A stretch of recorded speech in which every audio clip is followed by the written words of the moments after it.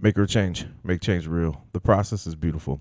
Empower your mentality to make real change in the world. This is Michael King.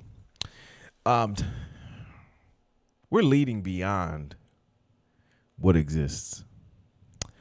Most people think that leadership is about managing people. But I'm here to tell you, it's not about managing people. Because management maintains what exists. When you're managing something, you're trying to maintain the very thing that's in front of you. And how can you maintain a person? That's different. I think maintaining a person is on that individual to do, not on you to do for that individual. Because here's the thing, managers and leaders have different mindsets. A manager will ask, what needs to be done? Because they're trying to get a task done, right? But a leader will ask, what could be done differently? And not only that, an innovative leader will ask, what could be done differently in this situation?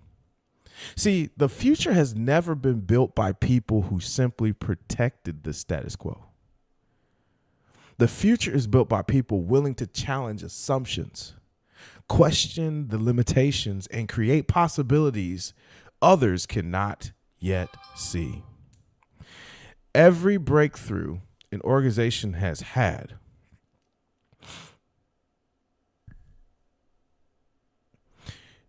has come from a leader who thought differently. Every transformational movement that has happened has started with a leader with a vision. And every kingdom advancement has started with a leader willing to push through their uncertainty. Because leadership without innovation eventually just becomes maintenance. And we do not want to be in maintenance mode. And maintenance alone cannot transform the world. If you're only trying to maintain something, the world will never change. So we cannot be in maintenance mode. Okay? Welcome back to the Idea Cycle. This is how change actually happens. So let's anchor this. So Isaiah 43:19, it says, see, I am doing a new thing. Now it springs up. Do you not perceive it? I am making a way in the wilderness and streams in the wasteland. Think about that. Selah. Selah. Notice what God is actually saying. He says, I'm doing a new thing. That means that God is not about this maintenance. He's not about stagnation. He's not about being stuck. God didn't create us to be in stagnation. He didn't create us to be stuck. He says, I am doing a new thing. That means he's actively moving in our lives to produce something that is new. He's a God that is creative. He is a God of creation, about creation. Okay? That means that God is about innovation. God is about transformation. And when I say about, that's just like just kind of like a principle of what the Bible is telling us, right? That God creates, God innovates, God transforms, right? So throughout Scripture, God continually introduces us to new seasons in our lives, right? You could see it through the lives of everybody in the Bible that he continually introduces them to another season. Job went through his season, right? Losing everything, the hedge of protection being removed from him, his friends and family and everything that he's lost. He went through that season of his life. But then he's presented with a new opportunity, right? He gets everything back. He doubles, right? New assignment. A new assignment was created. And if you look at that, new assignments happened. David went from the shepherd to being a commander. And then he transitioned all the way to king. He was anointed as king, but there was a process. So God gives us new assignments. He also gives us new methods, a new method. Nehemiah got a new method when he was transforming the walls of the temple. He had to rebuild the city, right? And God gives us this to accomplish his purposes on earth.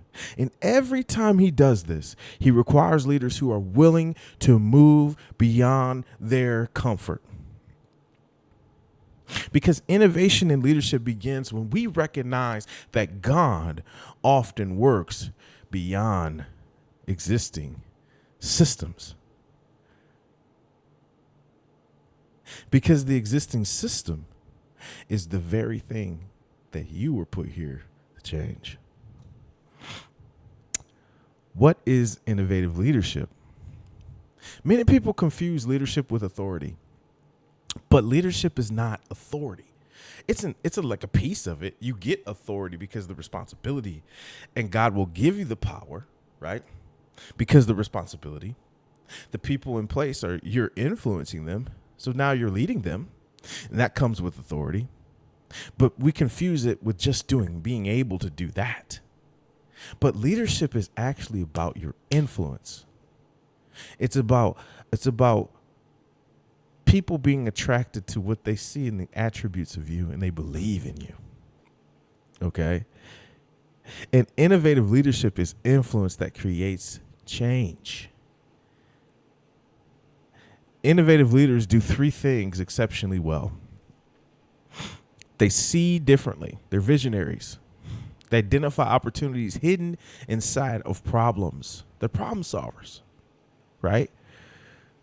While others complain about the obstacle or the problem, innovators search for possibilities. They don't look for problems. A problem presents itself, right? And a true leader says, okay, here's our problem. What are the solutions? They just think different. And then whatever assumptions in the room, an innovative leader will challenge the assumption. Hold on now. Let's not assume anything here. This is the assumption you're making, whether it be about another person, a coworker, a situation. A true innovative leader will challenge that thought. They ask questions that others are afraid to ask. And they refuse to accept this is how we've always done it. A sufficient answer, they act differently. They don't just do things the same. They don't just go everywhere. They don't just go with the crowd. They might make a left and go, hold on, let's go over here, right? Innovative leaders move before certainty arrives, before they know what they're doing. Abraham, I gave plenty of examples. Go to a place where I'll show you. Okay. Innovative leaders move before. They move in faith. They make faith-filled moves. They make boss moves. They don't move recklessly, though. It wasn't reckless. They were acting on the vision that they had. Wait, hold on. I'm moving this way, right? But it's not reckless. It's calculated. It's planned. It's measurable. But it's ultimately faithful. Because innovation requires action. It requires movement. You can have millions and millions of imaginatory ideas. It starts there. But if those ideas don't move into movement, then it's nothing. It's death. Faith without works is dead. Leadership is not measured by what you know. Leadership is measured by what you create and the impact it has on other people. Noah, here's some examples. Noah built the ark before it started to rain. Right? People mocked Noah. What are you doing? What are you building this big old giant structure for? Brother, let's go get some wine and hang out in the back with the animals and do whatever we want to do. Let's live wicked. We're going to do it. Come on, Noah, let's go to this party, man. Get off that boat. Get off your boat, man. Come on, man. Come enjoy your life. Noah said, hey, man, I'm sorry, but you don't know what's coming. Yet he obeyed God. That was his worship because he had a vision that no one else understood. This innovative leadership, this level of innovative leadership made him look crazy, but on the inside, he knew this is what I have to do. He was convicted to do it if he stuck with it. So I corrected myself. I said 200 years. It might have been closer to 50 to 75 to build it. Okay. Look at Joseph. Joseph transformed a national crisis into a national prosperity. He didn't even just interpret Pharaoh's dreams. He didn't just use his gift. He designed a strategy to propel an entire nation. Okay? Because the Pharaoh at the time didn't know what he was dreaming about. And Joseph said, all right, here we go. This is what it is. This is what this means. So he designed a strategy. And when you design strategy, isn't that not innovation? Isn't that not development? Is that not education? Does that not require such things? And does that not require us to administer?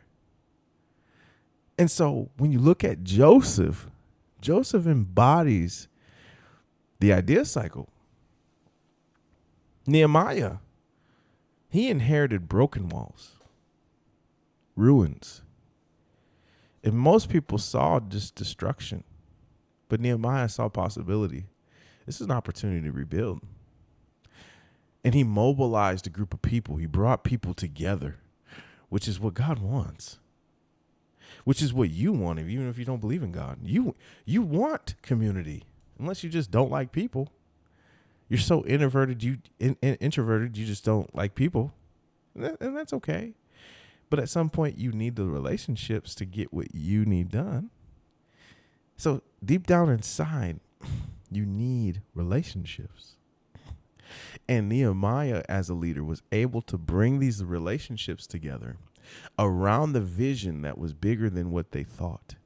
And once they began to start to see the construct of the city begin, it spread like wildfire.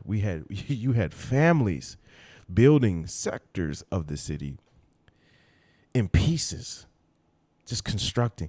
The Bible goes through hundreds of families and what they brought to the table and what they were able to build. Some had more, some had less. It didn't matter. They just kept working day and night, and they watched. They watched. They protected the walls that they were creating because it came with obstacles. Anything that you're looking to change will come with a level of resistance. And they were able to ward off all the opposition as well in that process. But that's because the vision was bigger than themselves and they believed in it. That is innovative leadership. Jesus challenged religion. He challenged what we believe, the system in our heads of what we thought as truth. But he came not to destroy the truth that we believed. He came to restore its purpose. The very identity of our belief system, Jesus came to challenge such things. He introduced a kingdom mindset that transformed our history forever.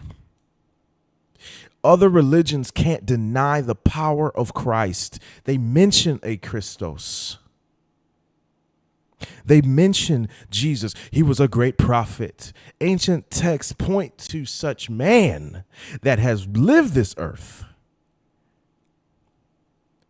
That's the greatest leader in history. And he was also the greatest innovator. He transformed our world with one single action.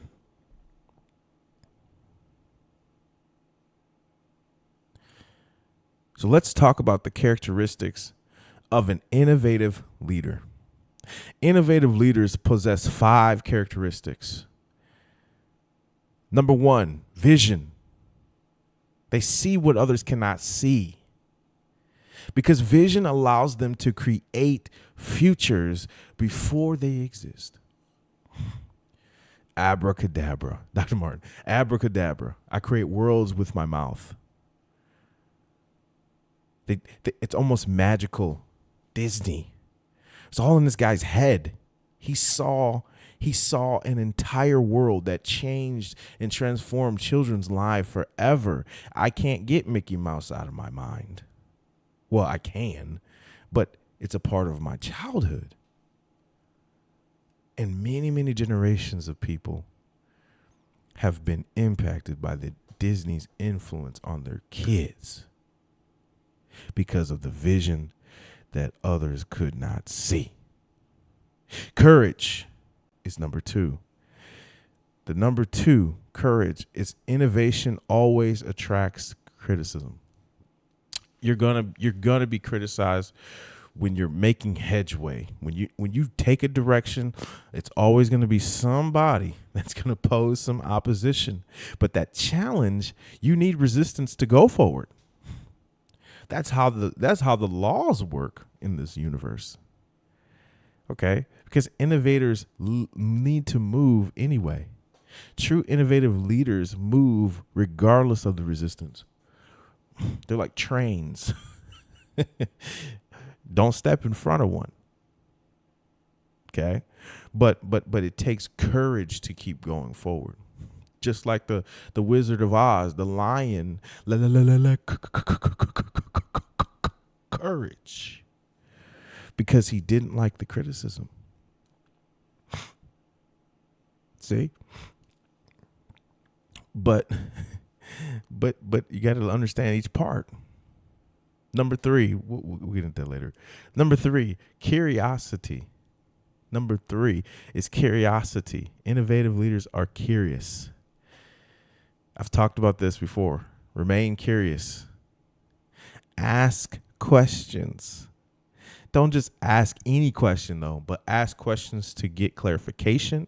Ask questions that will enhance your understanding, and remain open and teachable, and be bravely authentic with your curiosity. Ask the question that you need, regardless. People say we used to tell us there's no such thing as a dumb question. Well, there's an irrelevant question. So ask. It's not about being right, but ask the question that you need to get clarification and understanding. That's why it's not dumb, because you're asking a question to get knowledge or feedback that you need. Number 4, remain adaptable. Innovative leaders are adaptable. And what that means is they're when a circumstance changes, they're able to shift. They can adjust. LeBron, situation happens. I wouldn't say LeBron. Jordan, Kobe, those type of guys, Tom Brady. When the game shifts, they're down, they can come back. Those quarterbacks can come back. Matt Stafford, a few other guys. But they adapt. They make adjustments. LeBron does too. He's a great basketball player. He can adjust to whatever you give him. It's like fighting an amoeba. It's like they just adjust. Whatever the flow of the game. Jordan was good at it because he said, "I let the game come to me." So he allows the circumstances just to be what they're going to be, but he adjusts and dominates in that adjustment. That was the difference. They don't become trapped in their own methods. And what that means is your methodology is your process. They don't get caught up in the process. They just say committed to the mission, which is winning, right? Don't get trapped. Don't get caught in the weeds is what I tell my staff. Don't get caught in the weeds. Don't get caught up in the how. We're not getting caught up in the how. We want this thing done. So let's get there. When we implement a new project initiative, don't get caught up in how we get it done. Because how we get it done is being constructed because now this change has happened so fast, right? It's when a crisis hits, you don't have time to write a process. You just have to do. And we need to get to that outcome now. You don't have time to do all that writing. Because in that time, you're not going to get anything. You're not going to get the outcome done within the time frame we need it. You just have to adjust. Get innovative. Get creative. We just need that creativity to come out of you. Because we need it now. We can't wait. Like imagine a surgeon on the operating table, stats drop. What happened to this person? Well, they have to act now. So they have to cut open the chest cavity and see what's going on. They don't have time. Okay. So they got to get down to save lives. They have to do things and make these quick decisions. But ultimately, they have to adapt. The last one is the most important thing an innovator has. And that's faith. Keep the faith. Innovation requires belief before evidence appears. And this is what makes the logical, rational people of the world frustrated with people like us. Because we don't need evidence. When you have faith, you don't need evidence. You already have the evidence. It's the hope and the things not seen. Right? It's the substance of things hoped for, the evidence of things not seen. We already have our substance. We already know it's real before it's even seen. Because innovation requires belief before the evidence. How do you deal with a person like that? Because people like that move when others can't. Every innovative leader develops these 5 traits. But let's go back to faith a little bit. Do you think Ray Lewis hesitates when he sees a running back? No, he has the faith to move forward, right, and to make the hit. That's where his biggest hits were. If you looked at it, it don't even look like he was looking at the person he was hitting. Why? Because he had belief before he made the play. When you're bowling, I was talking to a brother at church. He has a routine and he visualizes the ball moving before down the lane. He picks his spot. He does the same thing and he just rolls. And the ball moves the exact same way every single time. How do you have that level of consistency? Well, he believes before the evidence appears. That's faith. Okay? Because innovation internally happens before it manifests externally. See, man, we look at outward appearance, but God looks at the inward appearance. Not even appearance. He just looks at all the inside. He all up in here. Okay. But man, we are more concerned on what's external, what we can see. But a faith-filled person, they have belief. You got to believe in something. Didn't Michael? You got to be starting something. You got to be nothing. I think it's you got to believe in something. You got to believe in something. You know what I'm saying? He said you got to be starting something. But I'm saying, listen. You got to believe in something. So this is why most leaders stop innovating. This is your barrier. Okay. Many leaders begin as innovators, but eventually just become maintainers. Many leaders begin as innovators, but eventually become maintainers. Why? Because Innovation costs. It costs us. It costs you to innovate. It does. If you want a brand new building, a brick and mortar, you're going to pay some money for that as a business owner, right? If you're moving from online to turnkey, woo-wee, you're going to pay. You're going to go into debt. That right there, you say, well, I'm just going to maintain this online business now. Because, 1.2 mil? Whew, that's big. Innovation requires the risk, the criticism, the uncertainty, the responsibility. That big R word, scares them in their boots. Uncertainty, fear. I don't want the fear. Responsibility makes you accountable for it. The government's coming from you. We need our tax money now. Uncertainty makes you afraid.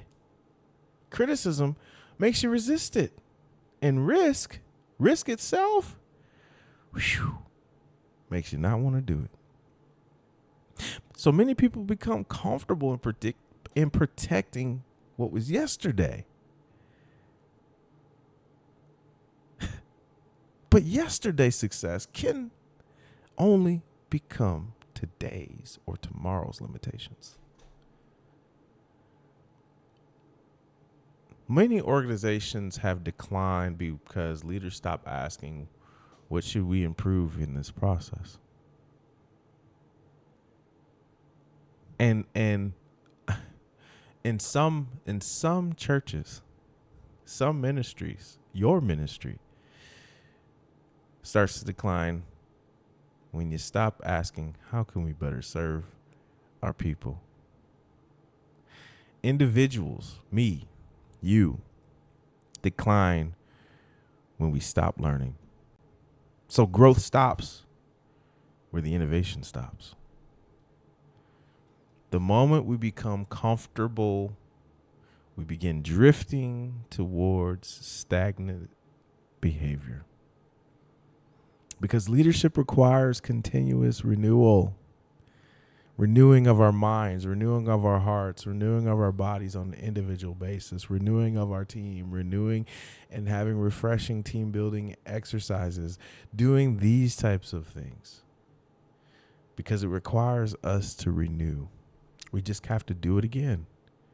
Do things new again. Renew all. Again. New. Creation. Something else, right?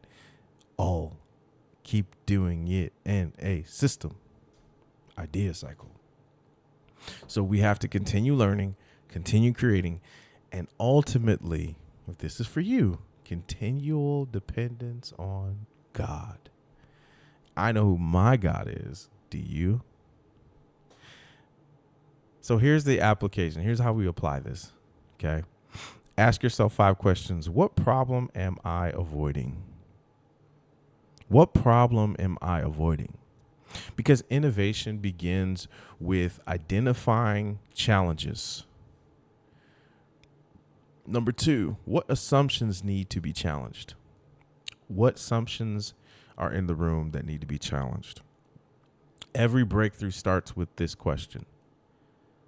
Okay? If you want to break the ice, challenge the assumption that's in the room.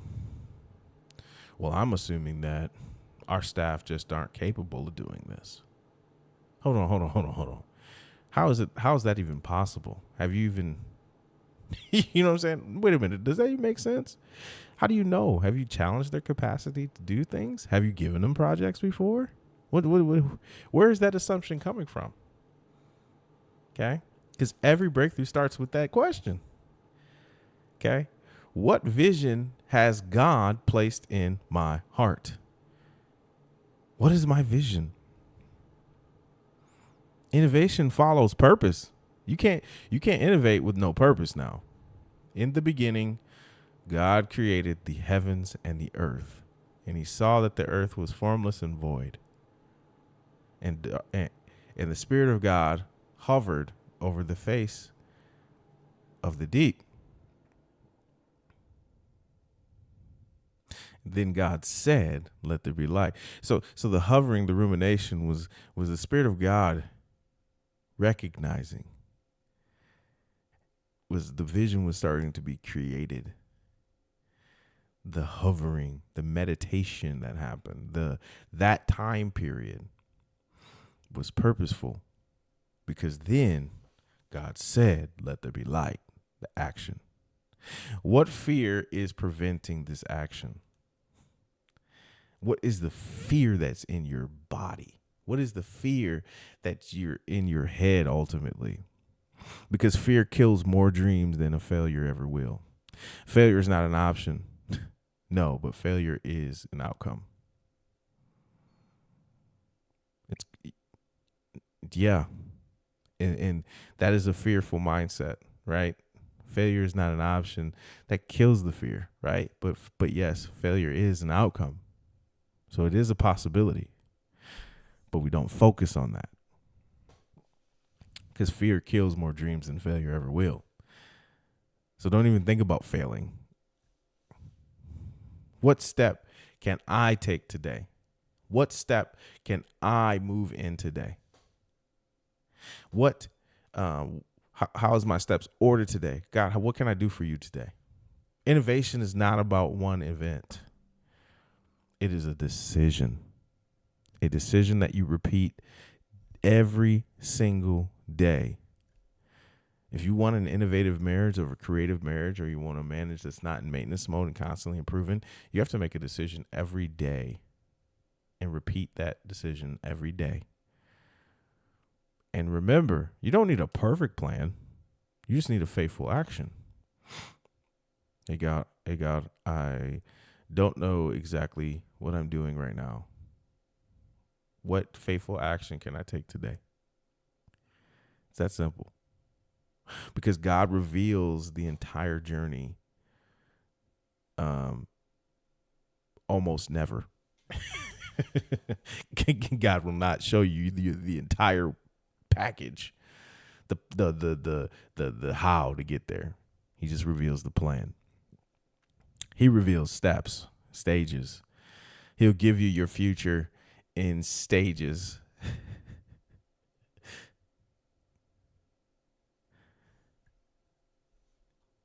Closing challenge. Innovation in leadership is not about becoming famous. Fame can be a byproduct of the level of influence or success that you have, but it's not about that. Okay? It's about becoming faithful, because you have to be faithful to your vision. You have to be faithful to your assignment. You have to be faithful to the opportunity that God has placed before you, because the world doesn't need more leaders who simply just maintain systems. We have plenty of managers. The world needs leaders who are willing to improve these systems, because leaders who are willing to create, willing to build, willing to serve, and willing to innovate are transformational. And because every transformation begins when someone decides to think differently, every generation begins to change. And therefore, those leaders become more courageous enough to act on just the thoughts that are in their heads, their dreams. So the question is not, can leadership create innovation? The true question is, can I create? And according to the Creator who made you, the answer is yes. Yes, Lord. All right, y'all. So this concludes season 1, innovation. Can I create? How change really happens. This is the entire series. This is just season 1. Next season, we're going to be talking about development. And that question is, can I grow?